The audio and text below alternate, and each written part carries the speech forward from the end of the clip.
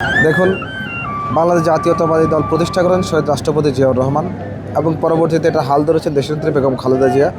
শহীদ রাষ্ট্রপতি জিয়াউর রহমান স্বনির্ভর বাংলাদেশ গড়েছেন, দেশনেত্রী বেগম খালেদা জিয়া যখন হাল ধরেছেন তখন স্বনির্ভর ও আধুনিক বাংলাদেশ গড়েছেন। এখন বিএনপির চেয়ারম্যান জনাব তারেক রহমান আবার বিএনপির হাল ধরেছেন এবং উনি সমৃদ্ধ বাংলাদেশ গঠনের ঘোষণা দিয়েছিলেন এবং 31 দফা প্রণয়ন করেছেন। তার মধ্যে 9টি বিশেষ পরিকল্পনার কথাগুলো কিন্তু নির্বাচন ইশতেহার অন্তর্ভুক্ত করেছেন।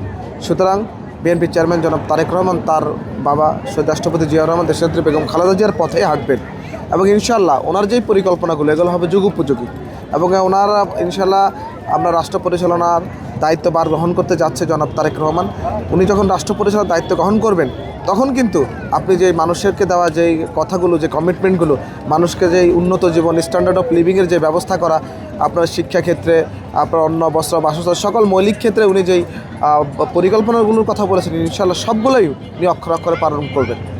যে কোনো দল সরকার গঠন করলে তার তো আসলে দানব হয়ে ওঠে।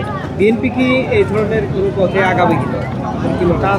বাংলাদেশ জাতীয়তাবাদী দল যদি দানব তুলনামূলক দানবের সামনে দাঁড়িয়েও বাংলাদেশের জনমানুষের কথা পরিকল্পনা করে, বাংলাদেশের জনমানুষের কথা ভাবে। শহীদ রাষ্ট্রপতি জিয়াউর রহমান কিসের মাঝে বাংলাদেশের আপামর জনগোষ্ঠীর নেতা হয়ে উঠেছেন আপনি দেখেছেন। দেশনেত্রী বেগম খালেদা জিয়া কীভাবে গণতন্ত্রের মা হয়ে উঠেছেন আপনি দেখেছেন। ঠিক তেমনি জনাব তারেক রহমান দীর্ঘ 17 বছর নির্বাসনে থাকার পরেও উনি যেই দেশের প্রতি যে ভালোবাসা, যেই সম্মান দেখাচ্ছেন এবং আগামীর বাংলাদেশ বিনির্মাণে ওনার যেই ভূমিকা থাকবে সেখানে কারো কোনো বল প্রয়োগ দ্বারা কোনোভাবেই ওনাকে ওনার পথ থেকে বিচ্যুত করার কোনো সুযোগই নাই। কারণ বাংলাদেশ জাতীয়তাবাদী দল রাষ্ট্রপতি জিয়াউর রহমান দেশনেত্রী বেগম খালেদার সন্তান জনাব তারেক রহমান পরিচালনা করছেন এবং উনি বলেছেন, ঘোষণা দিয়েছেন, দিল্লি নয়, পিন্ডি নয়, সবার আগে বাংলাদেশ। তো সকল কিছুর আগে উনি বাংলাদেশকেই গুরুত্ব দিচ্ছেন এবং সকল কিছুর আগে সবার আগে উনি বাংলাদেশ বলছেন।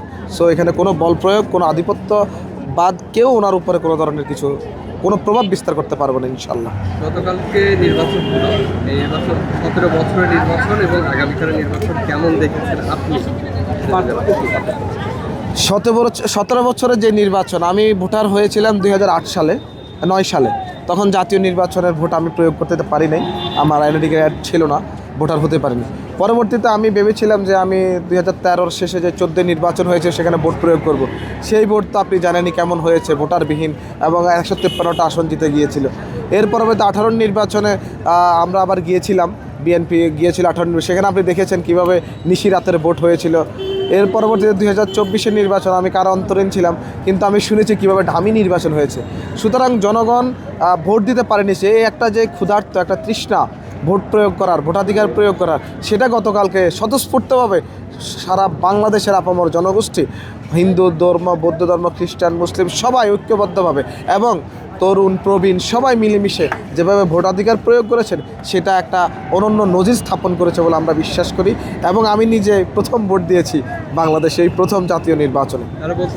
17 বছরের তৃষ্ণা কালকে মিটে যাবে। 17 বছরের তৃষ্ণা এবং ভোটাধিকার প্রয়োগ করতে পারার সুষ্ঠু যে আক্ষেপ, সে আক্ষেপ গতকালকে বাংলাদেশের মানুষ বুঝিয়ে দিয়েছেন এবং ভোটাধিকার প্রয়োগ করে বাংলাদেশের মানুষ তাদের নেতা নির্বাচিত করার সুযোগ পেয়েছে।